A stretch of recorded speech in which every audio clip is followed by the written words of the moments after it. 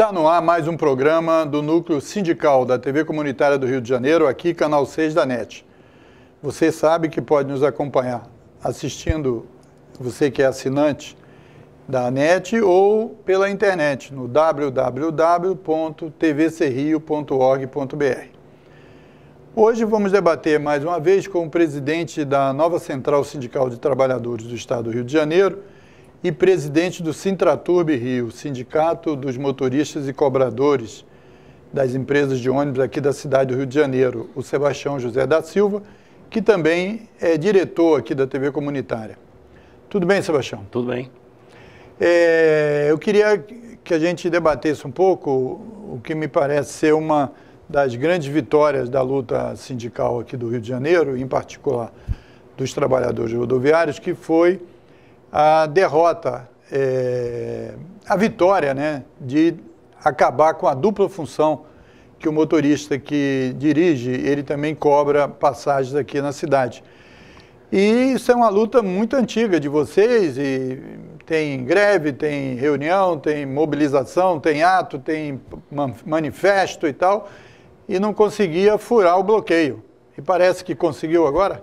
Esse ano a gente teve, sobre esse tema, uma discussão ampla, né, no Legislativo, através do vereador Raimundo, que apresentou um projeto de lei que garante a presença do cobrador como auxiliar do motorista, saindo um pouco daquela visão de que a atribuição do cobrador é uma atribuição meramente monetária, de receber ali o dinheiro, porque os empregadores usam esse termo para dizer que a automação do setor já ultrapassou os 80%, que não haveria mais necessidade, então, do auxiliar.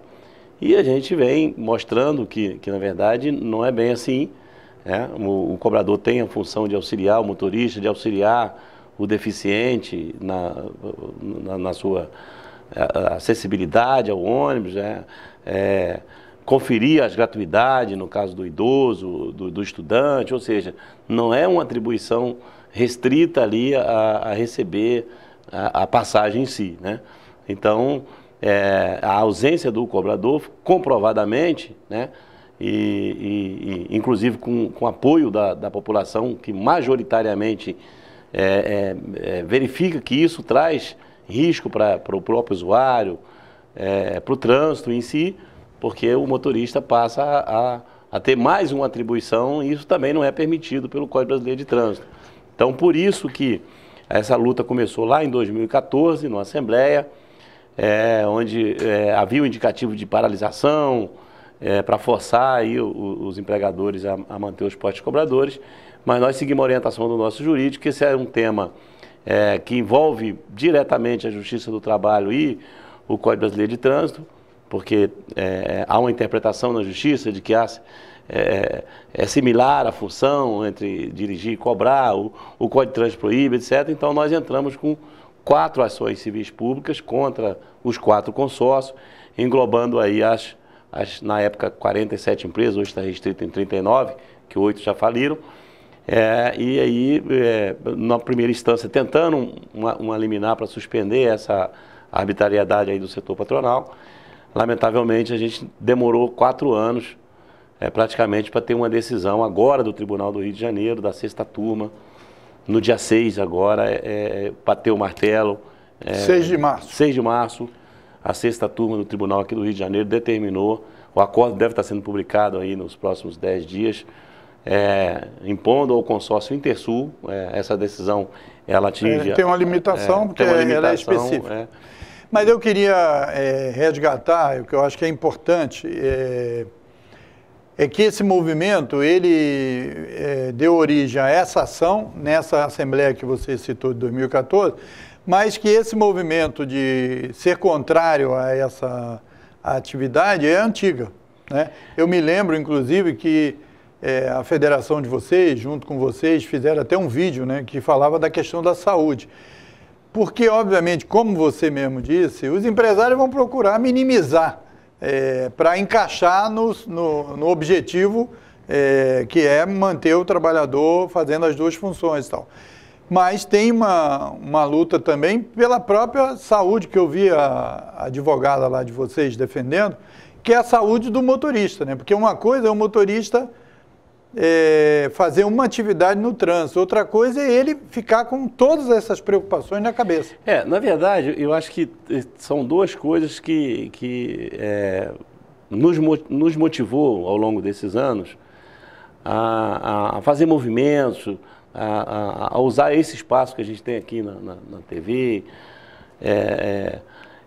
na mídia da própria entidade sindical, de tentar sensibilizar também a opinião pública da necessidade desses profissionais. Não só para preservar a segurança do trânsito, que eu acho que é o mais importante, é a segurança do nosso motorista, a segurança do usuário, a segurança das pessoas dos pedestres, dos outros na via, motoristas, né? A segurança em geral. Acho que a segurança é uma das premissas dessa luta. A segunda é que a gente tem um princípio contido na OIT, que é a Organização Internacional do Trabalho, de que a automação ela deve vir para beneficiar as pessoas, né? Para facilitar,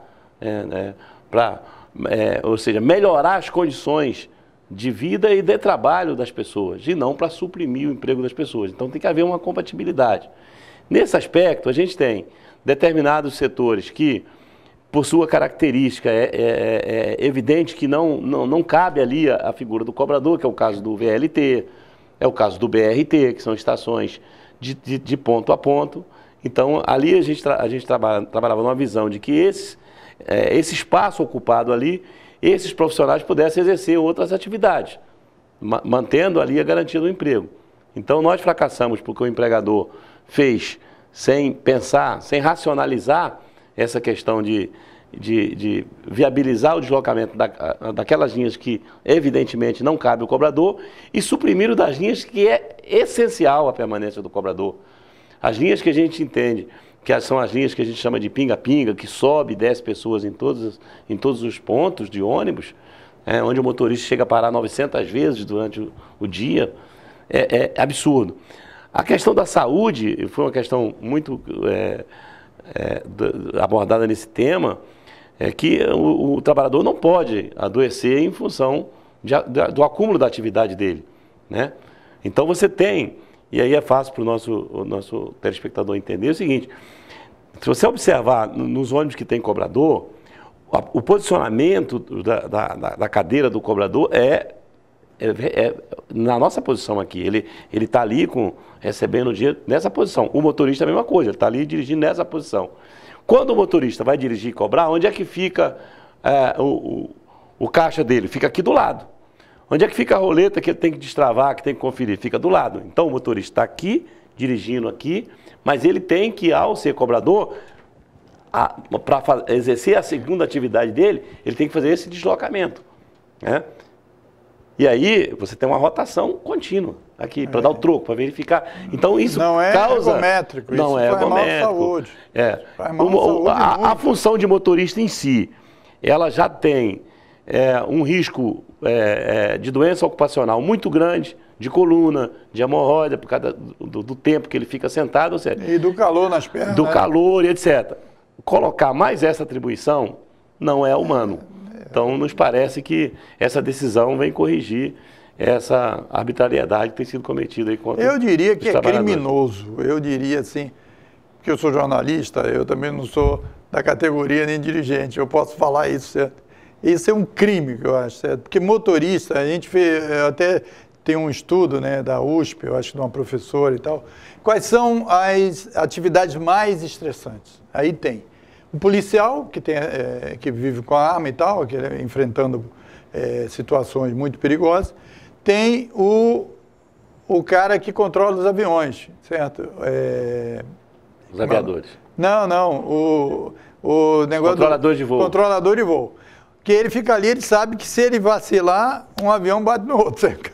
Que é uma tragédia e tal, etc. Essa tensão está comparada com o do motorista, certo? Por causa do trânsito da cidade, isso você falou em 900 paradas. Todo mundo conhece, né? Quando você sai para para férias de carro e tal, ou vai para a Dutra, ou vai para alguma avenida que tem muito engarrafamento. Você tem que toda hora parar o carro, puxar a marcha e apertar, não sei o que é uma coisa, você chega num lugar assim, estourado. E o cara fazer isso todo dia, certo? É uma coisa realmente...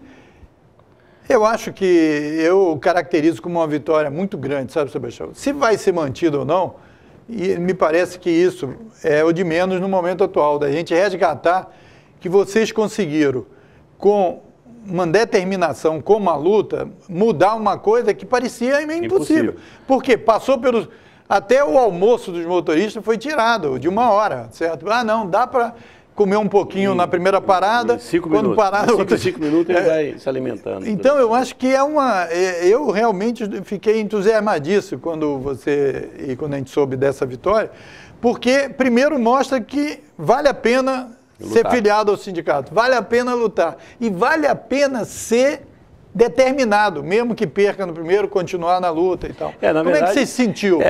Na verdade, o que a gente observou é o seguinte, na audiência no tribunal, nós tínhamos bastante rodoviários lá. E aí teve alguns desembargadores que se posicionaram, disse, olha, para você ter uma ideia, a votação foi 5 desembargadores. 5-3, né? Foi 3-2. 3-2. 3-2. Mas os 2 que votaram, eles votaram dizendo o seguinte, olha, eu não vou questionar que a tese do sindicato está correta. Eu não vou questionar que realmente há risco para o trânsito. Eu não vou questionar. Ou seja, eles foram a favor de tudo que a gente estava dizendo. Só que eles disseram o seguinte, mas nós estamos aqui para interpretar a lei. E eu entendo que há similitude entre as funções do motorista. Ou seja, mesmo aqueles que votaram contra, admitiram, né? Mas que tinha que acompanhar a lei. E, na verdade, se fosse para interpretar o que está escrito na lei, não precisava deles. Né? Na verdade, a gente precisa dos juízes, dos procuradores, né? Dos operadores da lei, para aplicar a lei a uma realidade específica. E humana. E humana. Né? Então, não faz sentido. As empresas têm a parte social das empresas. As empresas, sim, então pode fazer qualquer coisa. E eu acho que é importante que você levantou também, que é essa questão da automação, né? Tudo bem, vamos automatizar tudo. E aí, onde é que as pessoas vão trabalhar? Aí você vai ter que trancar, meia dúzia vão ter que se trancar para poder sobreviver. Porque essa tese também é uma coisa maluca. Por exemplo, poderia se automatizar os postos de gasolina, não é isso? Como nos Estados Unidos, o cara vai lá e põe a sua gasolina e tal, sem precisar de trabalhador. Pode automatizar, sei lá, várias coisas no mercado, né? Hoje se faz automóvel só com robô. Agora, aplica o robô em tudo e onde é que o povo vai ficar? Aí que é importante, porque depois não pode reclamar da violência, não pode reclamar de que não está se sentindo bem, etc. Vai ter uma meia dúzia. Então, eu acho que isso aí também tem todas essas implicações, né? Porque o cara vai dizer, não, mas o custo, não sei, mas e as pessoas? Como é que elas vão sobreviver? Você acaba com cobrador, depois acaba com o motorista, porque já estão dizendo que vai ter automóvel que vai ser guiado sem motorista, certo? Tem não sei o quê, o telefone fala sozinho, o outro fala, tá bom, agora é importante então pegar o dinheiro de quem está juntando aí e distribuir, senão a gente vai ter que ir lá pegar esse dinheiro. Esse é o risco, o grande risco que a gente não é? Você tem uma ideia, o telespectador deve ter acompanhado aí a área econômica do governo golpista e dizer que gerou, o mês de janeiro foi o melhor mês dos últimos 3 anos de geração de emprego, gerou 890 mil novos postos de trabalho. Aí divulga o seguinte, com a média salarial de R$ 1.200. Ou seja, nós geramos quase 900 mil empregos, salário mínimo, pô. Né? R$ 1.200, a média. Ou seja, isso quer dizer que mais de 90% desses quase que está todo mundo recebendo salário mínimo. Ou comemorar. Tem gente recebendo muito menos, como você denunciou aqui, que agora se criou o contrato intermitente que vai fazer as pessoas podem trabalhar e ganhar menos que o salário mínimo. Porque, obviamente, engenheiro, médico, estão recebendo mais. Se a média é essa, isso quer dizer que tem gente ganhando menos que o salário mínimo, que já é o reflexo da reforma trabalhista, da deforma trabalhista que está... Agora, eu queria que a gente não passasse assim muito rápido sobre essa luta, porque como é que você se sentiu lá no tribunal, né? Quer dizer, a defesa, Como é que aquele grupo todo de trabalhadores rodoviários se sentiram?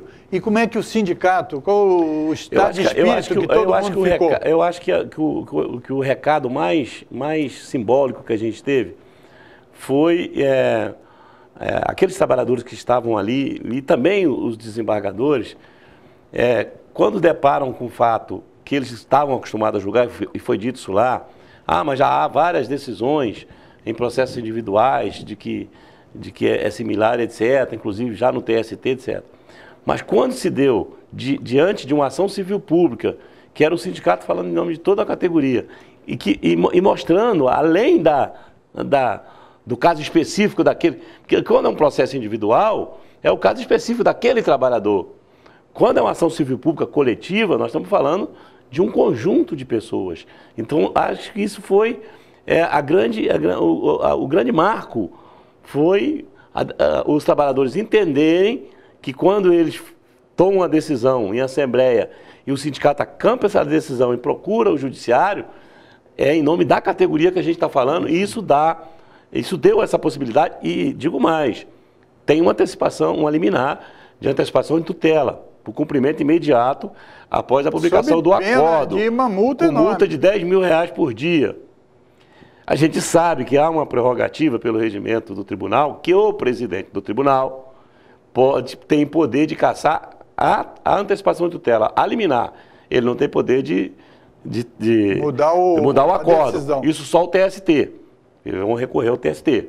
Então nós esperamos, né, que como a opinião pública, o judiciário decidiu, de acordo com o sentimento não só dos trabalhadores, mas também o sentimento dos usuários do transporte na cidade, a gente espera que o presidente do tribunal não interfira e para que essa medida seja aplicada de imediato. Porque se ela tiver vigência de imediato, aí a gente vai ter um retorno mais rápido. Se houver a suspensão do cumprimento imediato e tiver que aguardar uma decisão do TST, a gente está seguro que a gente vai conseguir mobilizar o país inteiro, os trabalhadores do país, para ir para o TST e manter essa decisão aqui do Rio de Janeiro, mas essa decisão não será aplicada de imediato. Por isso o apelo que a gente faz ao presidente do tribunal para que não suspenda essa decisão. Então, eu queria resgatar um outro aspecto aí que você abordou agora, que é ter sido uma ação coletiva. Porque nós estamos vivendo, e nós debatemos aqui na última entrevista, aqui sobre uma das entrevistas que nós fizemos com você, sobre a reforma trabalhista, que era a diminuição do papel dos sindicatos ou uma tentativa de enfraquecimento da luta sindical via enfraquecimento da representação coletiva e tal, porque o sindicato é uma representação da categoria. Independente se tem sindicato que não defende o trabalhador e tal, porque isso aí é uma questão que a categoria tem que resolver. Como nós sabemos que tem político aí, ou a maior parte deles, que não faz jus ao voto que teve, etc. Mas a democracia, sim, você tem que...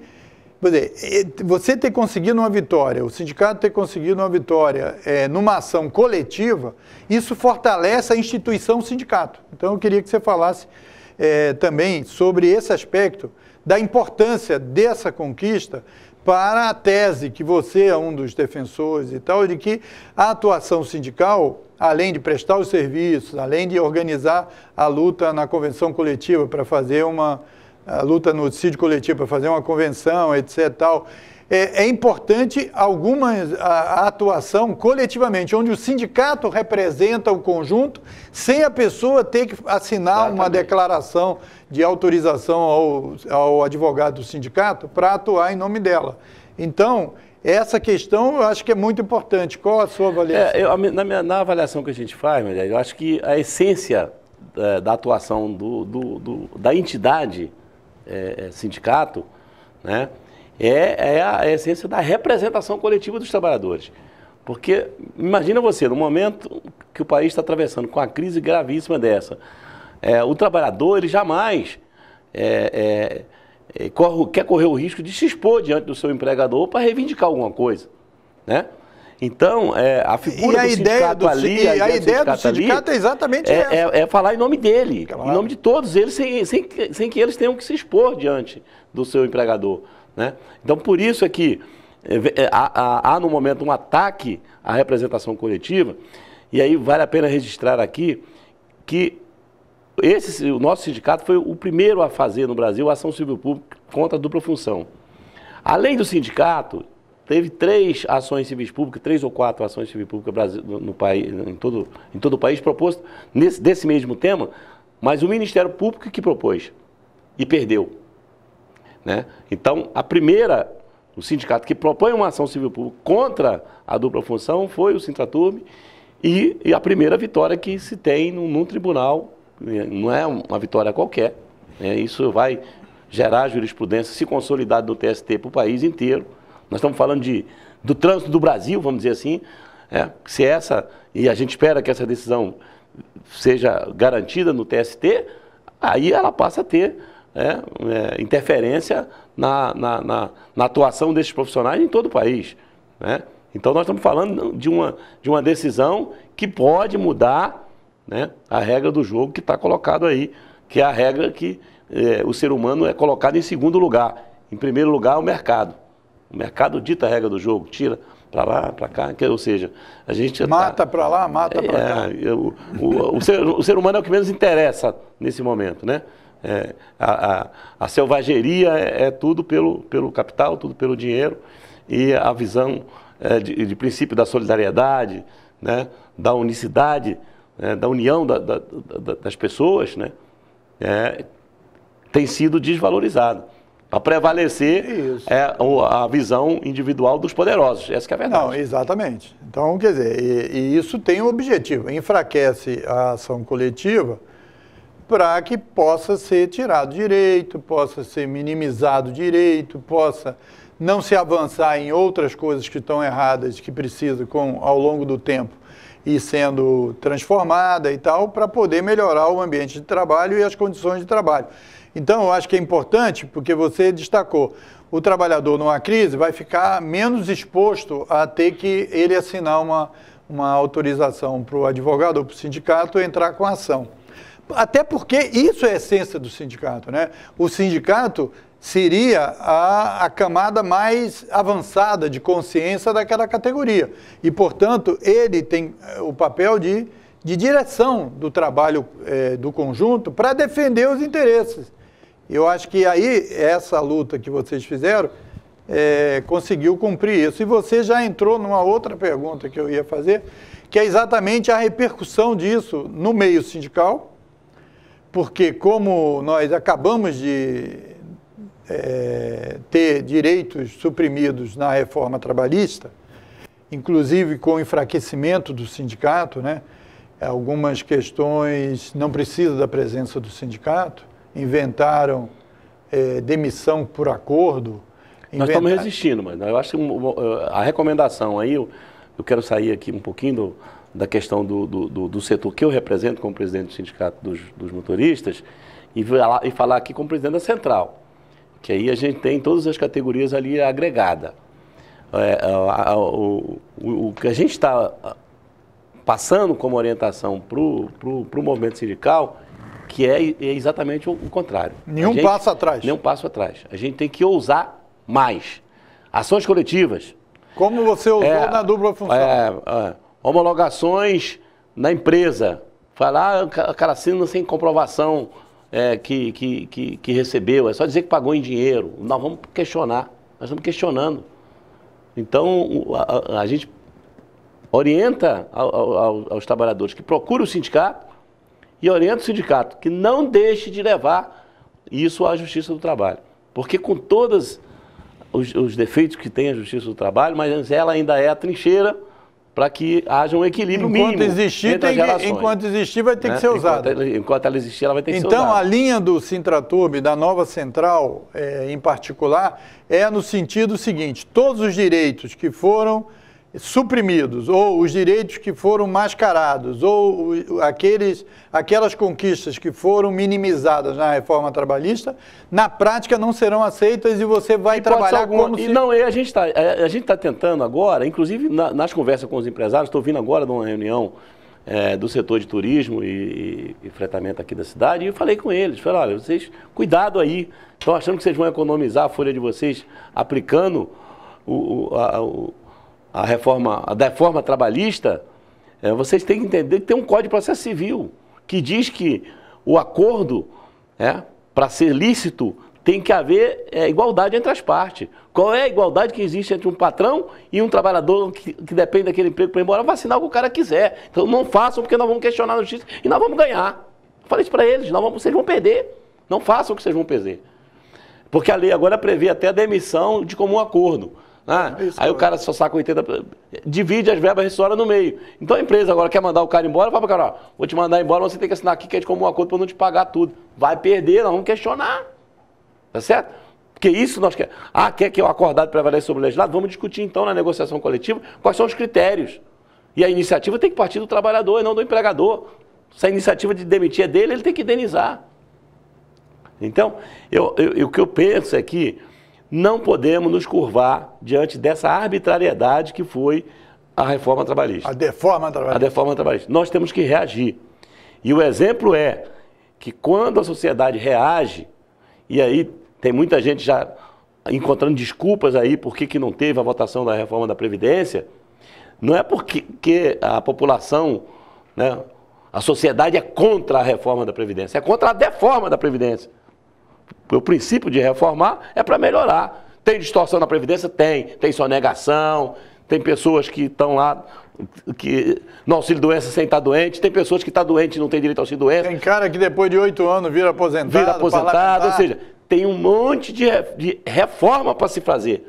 Reforma é para melhorar a Previdência. Agora, o que a sociedade se uniu foi contra a deforma da Previdência. A proposta que estava lá é uma proposta de deforma da Previdência, de acabar eu diria que se existe algo no Brasil que a gente possa dizer que possa ser copiado por outros países, é a nossa Previdência Social. Tá certo? Então ela precisa ser valorizada, ela precisa ser reformada para melhorar e não para retroagir, para retirar direito. Então apresentem uma reforma, com as justificativas que eu tenho certeza. A reforma é para retirar privilégio? Mostre onde que vai retirar os privilégios. Não pegou o legislativo, não pegou o judiciário, não pegou os militares. Mas está tirando de quem então? Tá certo? Vai tirar mais o quê com um teto de 4 mil e poucos reais, que é o teto da Previdência, na iniciativa? E o cara tem que trabalhar, já tem que trabalhar 85, 95, já tem que trabalhar 35, 40 anos. Então, não vem com essa. Não, e mais é o seguinte, a principal, digamos, manipulação desse debate é essa questão do déficit. É de não aplicar o que está na Constituição, que a Previdência não existe sozinha na Constituição, ela está junto com a saúde, social. A Seguridade Social como um todo. Então é o seguinte, quais foram os gastos com todos os segmentos da Seguridade? Quais foram as receitas? Então, isso precisa de ser explicitado em algum momento, porque nós temos uma Rede Globo que tem uma audiência extraordinária, que entra em 99,8% das residências, e que para eles o déficit é pegar o que o trabalhador paga para a Previdência e pegar o que é a despesa. E aí encontra o déficit. Ele não pega exatamente todas as contribuições que foram criadas constitucionalmente para poder a Seguridade. Então, isso já está mais do que comprovado, inclusive, por aqueles que são os fiscais, não é isso? Os fiscais da Previdência. O próprio órgão do governo que fiscaliza e que faz as contas da Seguridade Social como um todo já diz que ela é inclusive o Paim conduziu uma CPI, não foi? Não há déficit.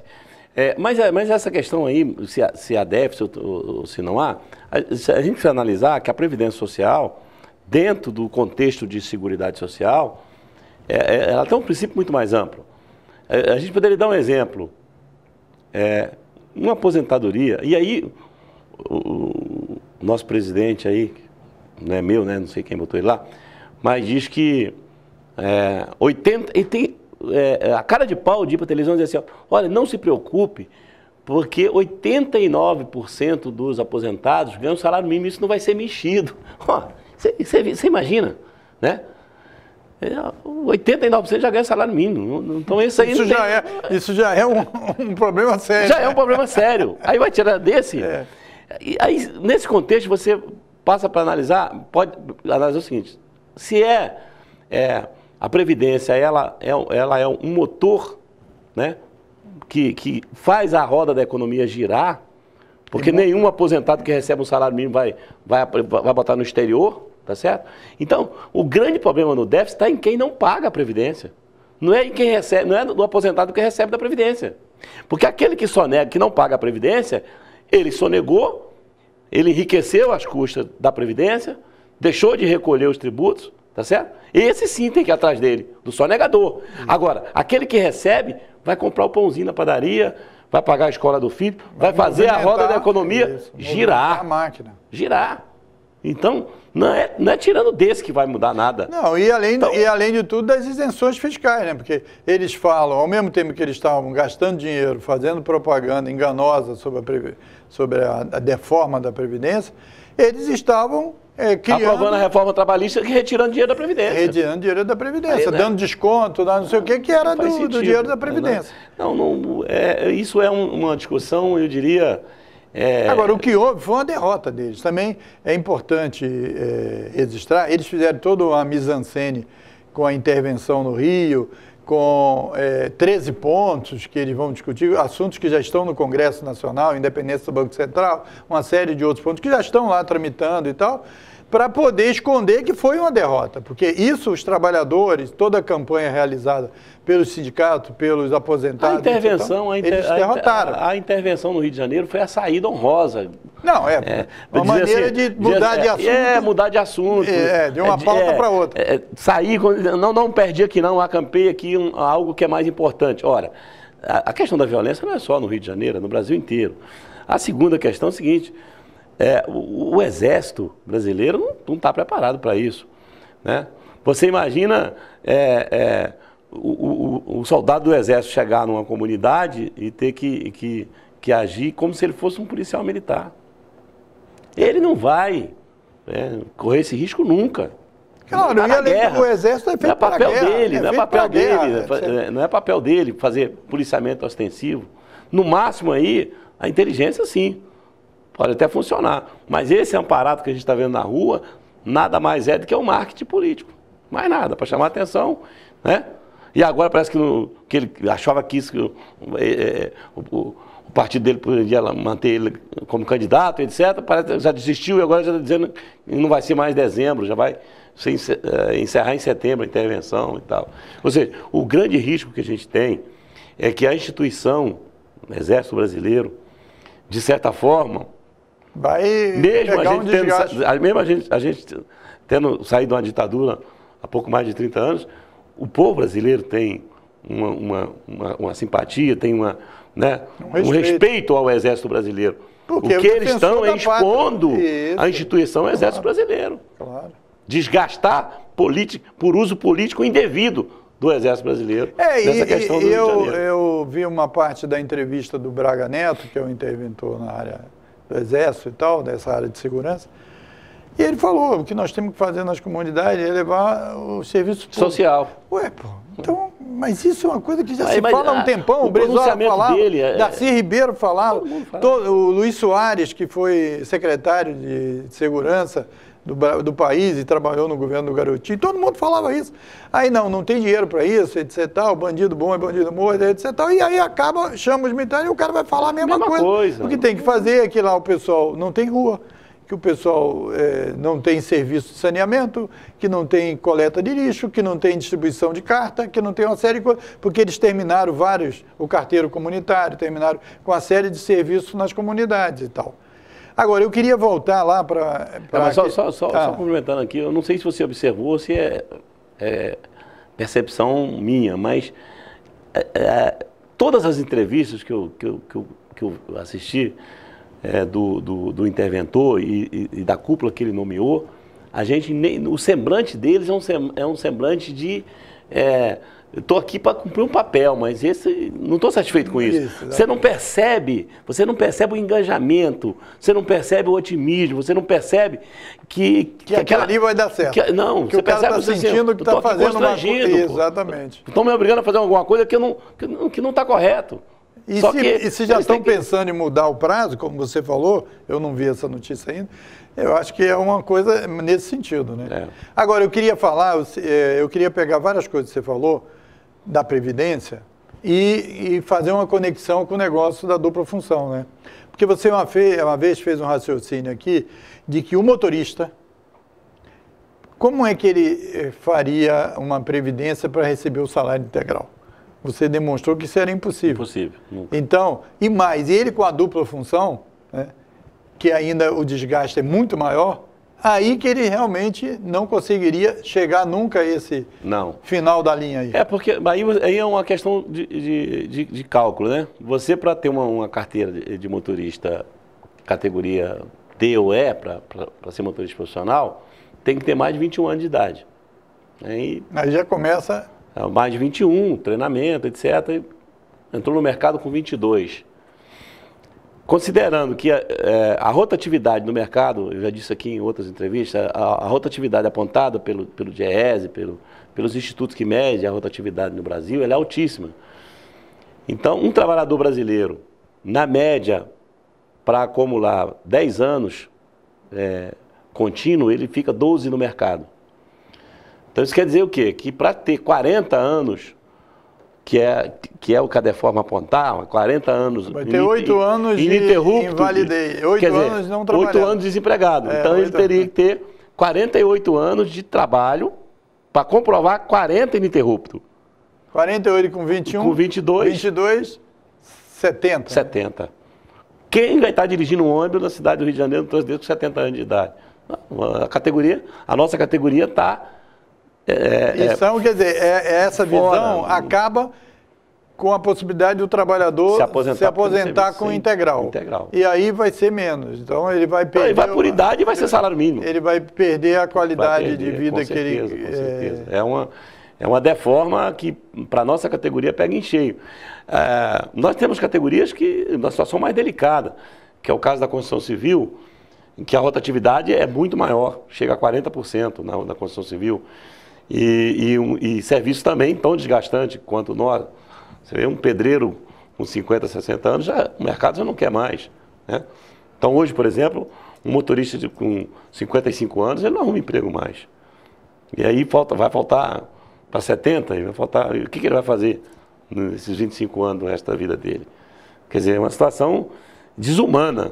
Nós não podemos considerar que isso é uma reforma para beneficiar ninguém. E nem para tirar privilégio de ninguém, muito pelo contrário.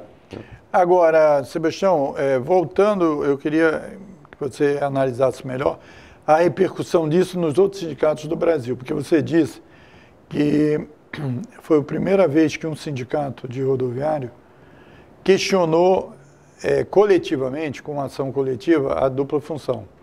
Que antes, quem tinha feito isso era o Ministério Público do Trabalho.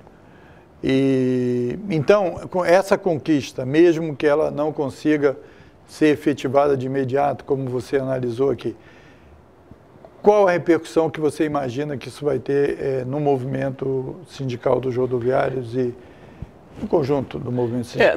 Na verdade, a expectativa que a gente tem é o seguinte: as decisões, quando tem impacto direto numa categoria tão importante como a nossa, ela costuma as outras entidades acessar, porque hoje tem uma facilidade muito grande de acessar o processo, a decisão, etc. Nós mesmos vamos dar publicidade ao acórdão quando ele for publicado. A expectativa é que outros sindicatos, muitos sindicatos no Brasil, peguem essa decisão e entrem tentando também conseguir essa medida, porque essa expectativa. Uma quantidade pode ajudar também. E o parecer do Ministério Público nesse processo é extremamente favorável ao fim da dupla função.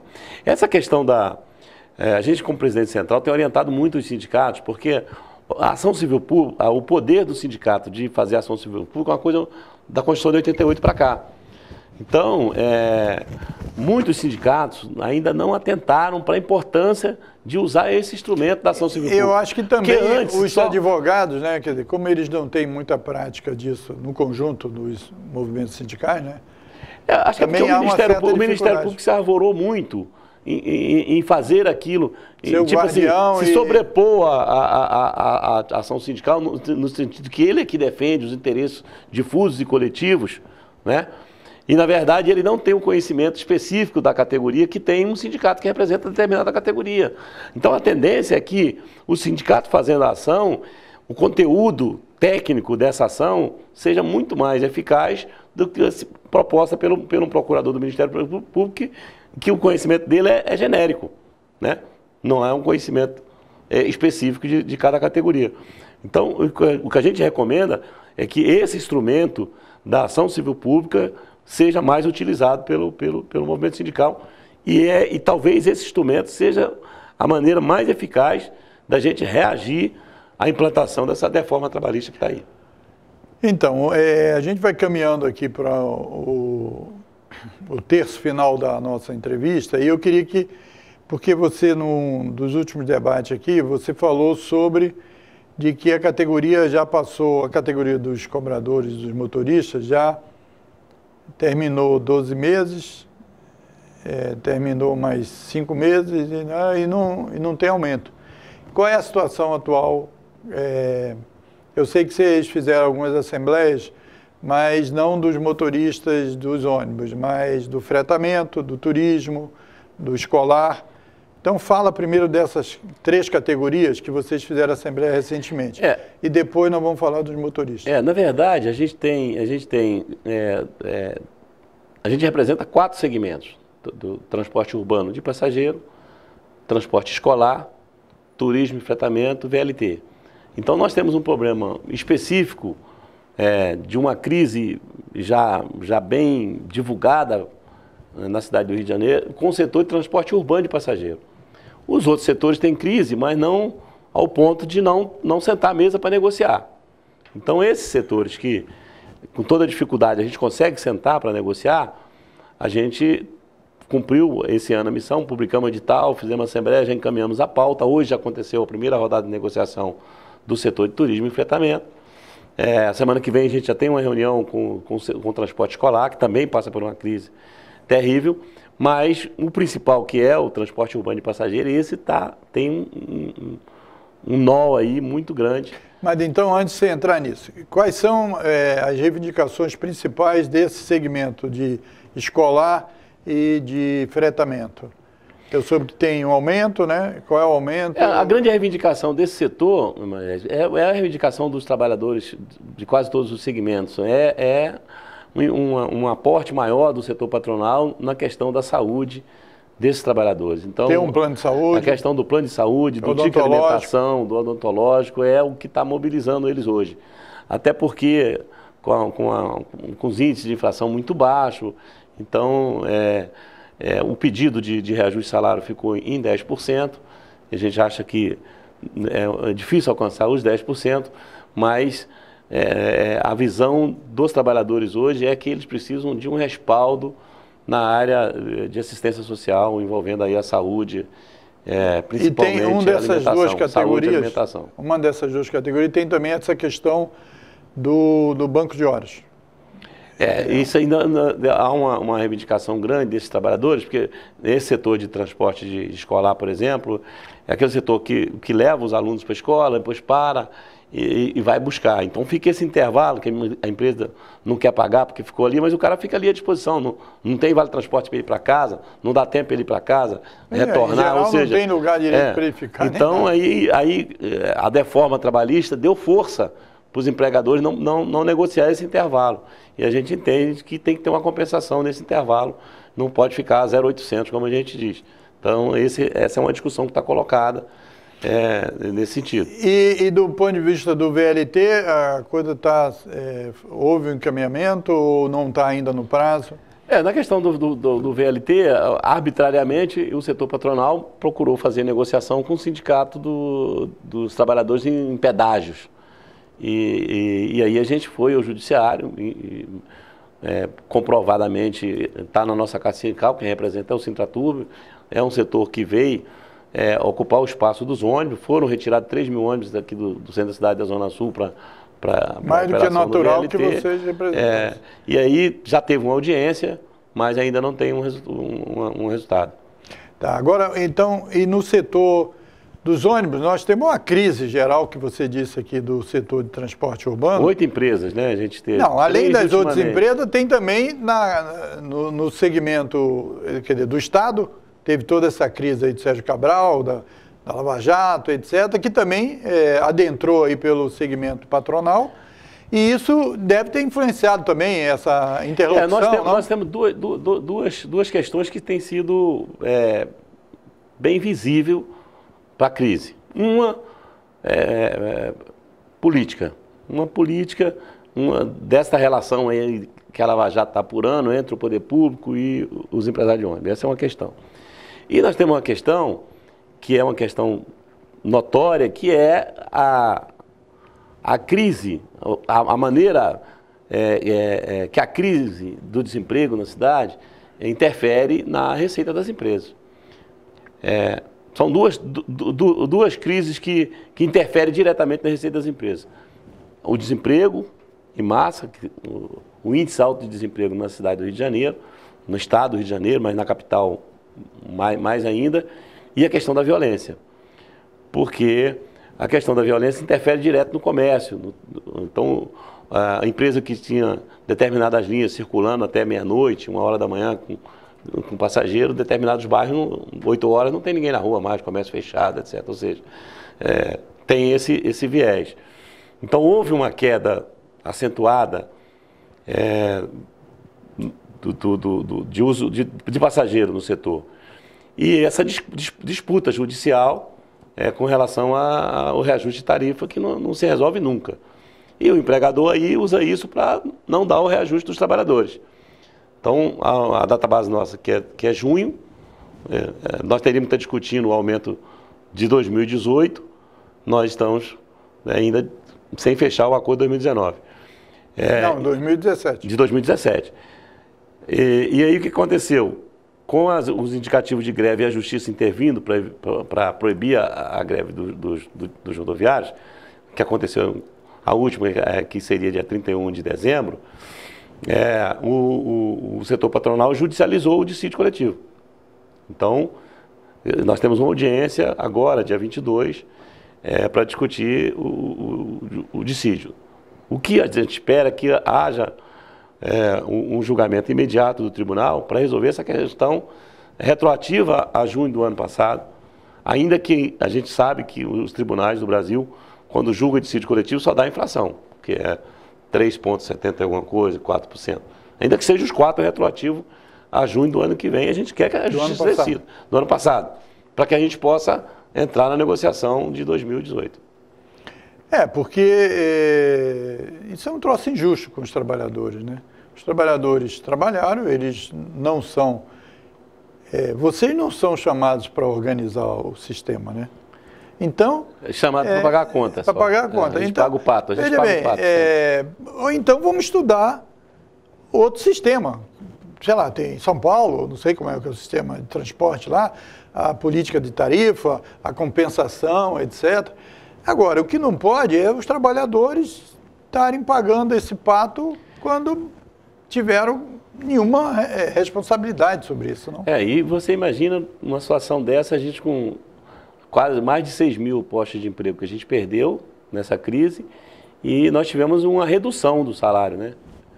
Porque aqueles trabalhadores que os ônibus rodavam até mais tarde, faziam hora extra, né? E tinha um salário melhor, as empresas cortaram, então ele acabou tendo uma redução do salário. Então é uma situação muito ruim. Ainda assim você percebe que os trabalhadores estão um pouco retraídos, porque pensa o seguinte: olha, tá ruim aqui, mas se eu sair tem 10 querendo a minha vaga, porque o desemprego tá assustador. Pra você ter uma ideia, há 5 anos atrás, se pegar o jornal, tinha anúncio pedindo motorista. Outro dia uma empresa colocou um anúncio para contratar 50 motoristas, às 4 horas da manhã tinha 500 pessoas, 500 motoristas na fila. Quer dizer, Então eles passaram a escolher motorista, assim, no universo... ou seja, a relação hoje é muito desproporcional para a gente, é muito difícil, porque você tem um trabalhador que está trabalhando, sendo explorado, mas um outro que está desempregado, que quer ser explorado no lugar daquele. Então, acaba isso trazendo para o contexto da negociação um clima muito de insegurança para nós. E a justiça, ela é muito lenta nessa hora, para agir nesses casos, entendeu? Demora muito a justiça realmente bater o martelo. E o tribunal demonstrou, nas audiências que nós tivemos, que eles realmente entendem que o reajuste do salário está vinculado ao reajuste da tarifa. Eles têm essa percepção, que sem o empregador ter o reajuste da tarifa, ele não tem realmente condição de... Mas e você, agora, vocês chegaram a fazer uma manifestação lá junto ao prefeito, porque o prefeito Crivella, ele tinha um slogan que era agora a prefeitura vai cuidar das pessoas. Será que os motoristas e cobradores não estão nessa categoria e avançou alguma coisa? Eles têm um vice-prefeito que seria um especialista, um expert em transporte e tal. Tem novidade? Eles estão propondo alguma transformação que leve em conta essa realidade, seja do usuário do transporte, seja do trabalhador e do cobrador, do motorista, que são quem movimenta essa máquina? Na verdade... Está tudo parado aí. Não, esse secretário novo que assumiu agora, que já está saindo, parece que vai ser candidato, ele recebeu o sindicato.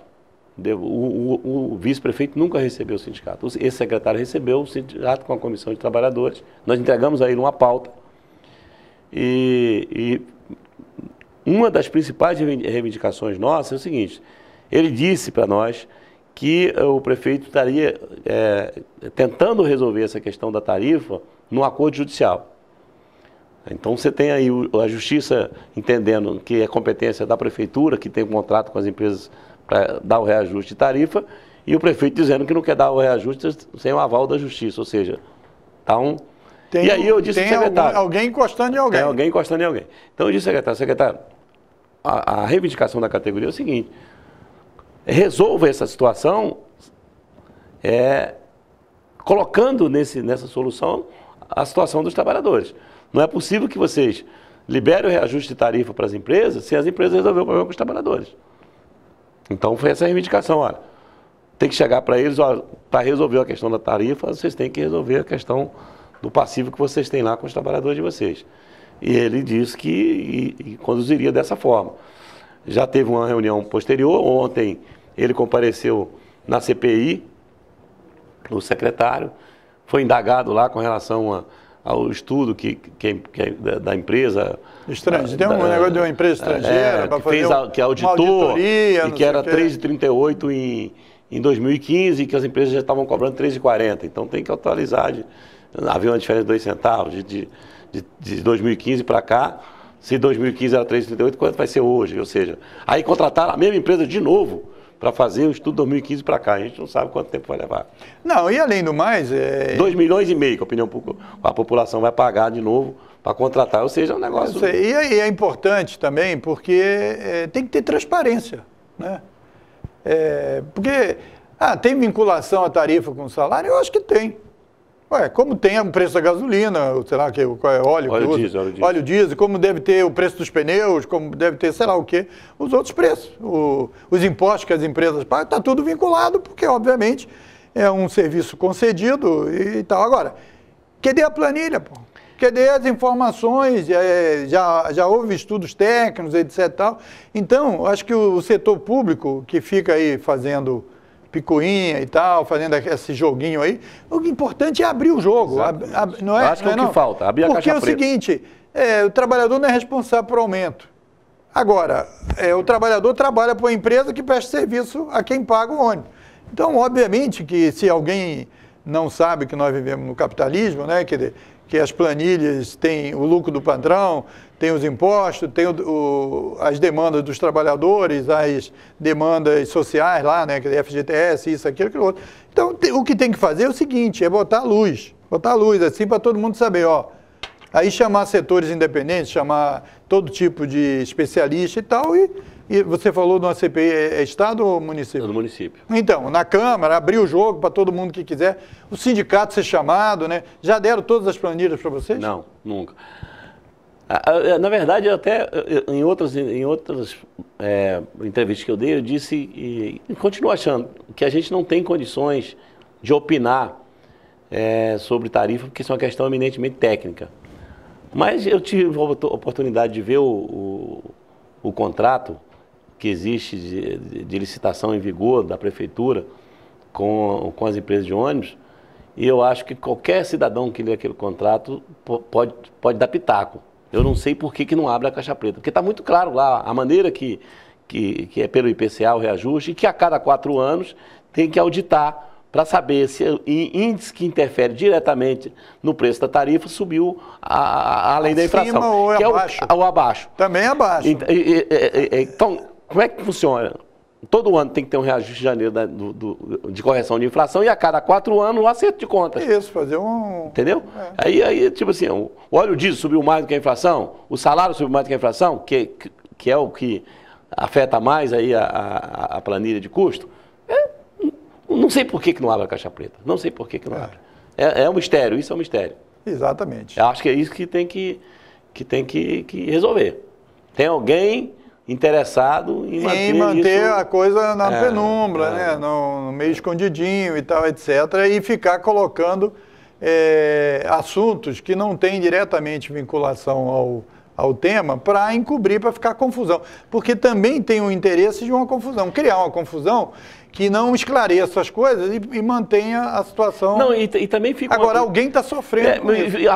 A pressão fica do jeito que é o seguinte: se o trabalhador se revolta e fala, não quero saber, eu não vou trabalhar sem meu reajuste. Aí vão dizer, não, mas o sindicato aí está fazendo o jogo do pração para pressionar o prefeito para dar aumento de tarifa. Aí vem a justiça e põe 50 mil de multa diária, ou seja, 2 mil para cada dirigente, não sei o que e tal, que é um absurdo. Ou seja, a gente não é chamado para nada, mas para pagar a conta pagar a conta sem ser convidado. Então, Sebastião, muito obrigado pela sua presença aqui mais uma vez, e em especial a você que teve a paciência aí de nos acompanhar, de nos assistir. E você sabe que você pode acompanhar aqui a TV Comunitária através da sua presença nas redes sociais. Você pode ver vários programas que já passaram aqui no YouTube, você pode ver alguns, inclusive, no Facebook. E pode assistir a televisão quando você não estiver na frente da tela da sua TV em casa, no www.tvcerrio.org.br. Até a próxima edição.